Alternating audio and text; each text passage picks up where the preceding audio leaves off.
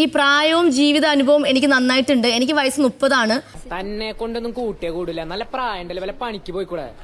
അപ്പോൾ ഞാൻ ജനിച്ചപ്പോൾ മുതൽ എൻ്റെ ചേച്ചിയെ 2 വയസ്സിന് മൂപ്പാണ് എൻ്റെ ചേച്ചി. അപ്പോൾ ഞാൻ അന്ന് മുതൽ എൻ്റെ ചേച്ചി ഞാൻ വിളിക്കുന്നത് ചേച്ചി തന്നെയാണ്.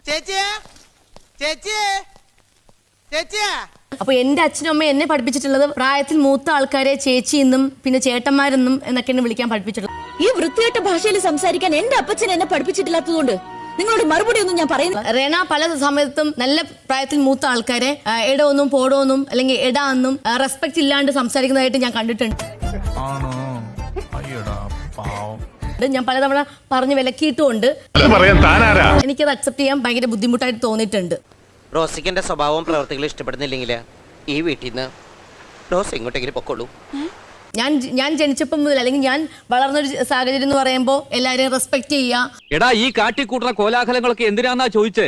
നമ്മുടെ സമൂഹത്തെ ഏറ്റവും കൂടുതൽ വേണ്ടെന്ന് പറഞ്ഞ ആളുകളെ റെസ്പെക്ട് ചെയ്യുക എന്നുള്ളതാണ്. ആ റെസ്പെക്ട് ഞാൻ കൊടുക്കുന്നുമുണ്ട്. ഞാൻ പഠിച്ചിട്ടുള്ളത് എന്താന്ന് വെച്ചാൽ പ്രായം നോക്കിയിട്ടല്ല ഒരാൾക്ക് റെസ്പെക്ട് കൊടുക്കേണ്ടത്. ഇന്നിനി നീ മിണ്ടരുത്, ഇന്നത്തെ കോട്ട കഴിഞ്ഞു. ഇങ്ങോട്ട് തരുന്ന റെസ്പെക്റ്റിനനുസരിച്ചാണ് നമ്മൾ അങ്ങോട്ട് റെസ്പെക്ട് കൊടുക്കേണ്ടത്. ഒരുപാട് പ്രായം പക്വതയുള്ള ആൾക്കാർ ഇമ്മച്ചുവേർഡ് ആയിട്ടാണ് പെരുമാറുന്നത്. അതിന്റെ മെയിൻ ഉദാഹരണമാണ് അനുമോള്. ചെറിയ വട കൊടുത്ത് വലിയ വട വാങ്ങിച്ചു. ഭയങ്കര കൊച്ചു കുട്ടികളെ പോലെ കരിയ സൈഡിൽ നിന്ന് മാറി നിന്നിട്ട് എന്നെ അങ്ങനെ ചെയ്തു, എന്നെ അങ്ങനെ വിളിച്ചു, അതെനിക്ക് വിഷമായി എന്ന് പറഞ്ഞിട്ട് മാറിയിരിക്കുക.